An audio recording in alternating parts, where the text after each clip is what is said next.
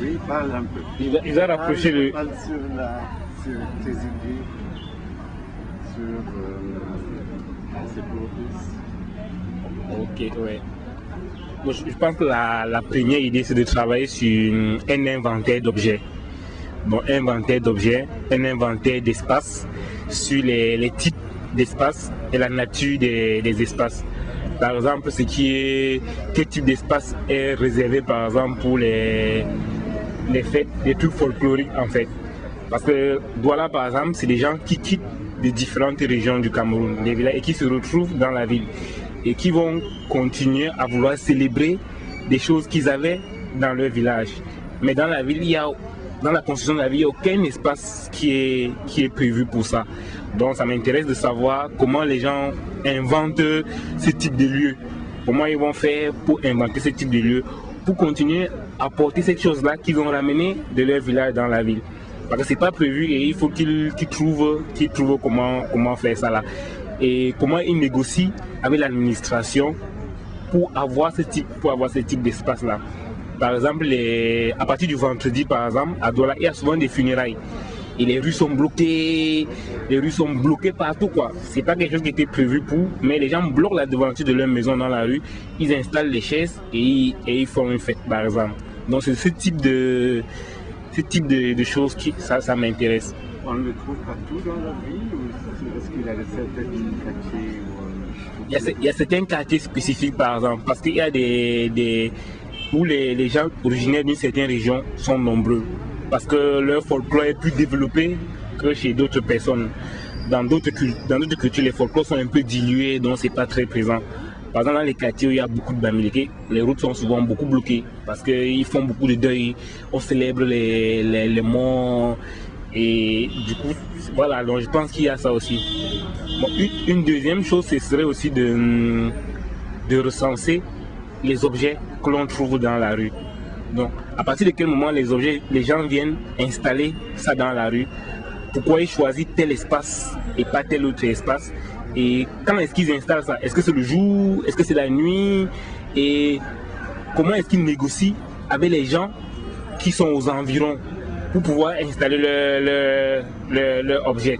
Donc c'est ce type de choses aussi. Et aussi il y a la question de l'échelle des objets, les dimensions que l'on occupe. Tu vois, la taille de comment on négocie ça. Est-ce que tu as déjà trouvé certains endroits où on trouve ce type de lieu? Ouais. Par exemple, pour les fêtes, pour ce qui est du folklore, par exemple, ça dépend, c'est un lieu qui n'est jamais fixe en fait. C'est-à-dire, les gens, ils investissent souvent la devanture de leur maison. C'est-à-dire, si j'habite ici et que j'ai deuil, et que le deuil a lieu samedi, le samedi je barre la route, les gens doivent contourner. Et la route devient une partie privée de ma maison, ça devient comme un espace de ma maison, quoi, ouais. Donc, pour les trouver, il faut circuler. Voilà, il faut circuler, ouais.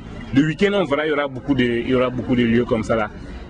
Et du coup, il y a des gens qui font des bâches, des tentes que l'on loue pour pouvoir investir la rue, qui sont vraiment faits pour investir la rue, pour pouvoir monter dans la rue, créer un espace qui va durer peut-être une journée ou 2 jours. Et après, on enlève l'objet. Voilà, c'est un peu, ouais.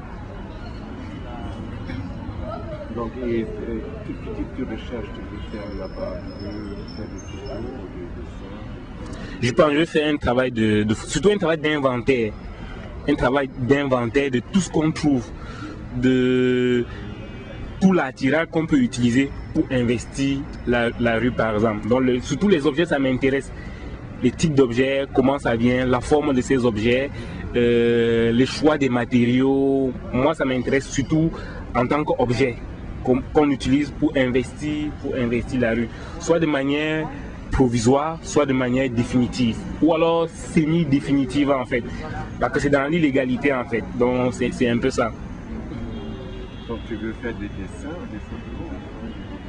Je prends des dessins, des photos, et puis aussi surtout savoir comment les gens là se positionnent par rapport à la légalité.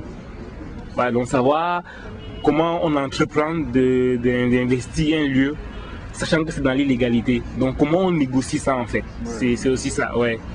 Comment on négocie ça, surtout comment on négocie pour pouvoir prendre un espace ça m'intéresse par exemple. Par exemple, les gens qui veulent squatter par exemple un lieu à Douala, c'est-à-dire que quelqu'un vient à Bonanjo, il se rend compte derrière un espace libre, il vient, il fait une petite baraque comme ça en bois. Il s'installe là, il attend. C'est juste 1 mètre par 1, ça ne gêne personne. Au fil il attend peut-être 1 mois. Après on voit, ça devient 2 mètres. Il attend, après ça devient 3 mètres. Un jour on voit qu'il construit une maison autour. les gens font ça. Donc, au fur et à mesure, il pousse, il voit jusqu'à où il peut aller, quoi. Donc il pousse les limites. Donc les gens vont faire une maison, ils vont faire un carré comme ça. Après ils construisent comme ça. Après ils détruisent ce qui est à l'intérieur. Au fur et à mesure, il agrandit. Donc ce type de mode d'occupation, ça m'intéresse. Et surtout comment on négocie avec les gens qui sont déjà autour pour pouvoir faire ça. Pour pouvoir faire ça sans qu'ils ne réagissent. Ouais. Mais ça c'est plutôt un travail de longue haleine, parce que tu dois suivre développer. Ouais, j'aimerais au moins recenser ce type de lieu déjà. Recenser ce type de lieu et puis voir l'interaction que cela a avec l'environnement. Pourquoi les gens peuvent choisir spécifiquement un lieu comme ça en fait. Pourquoi ils décident que ce soit là-bas et pas ailleurs. Ouais.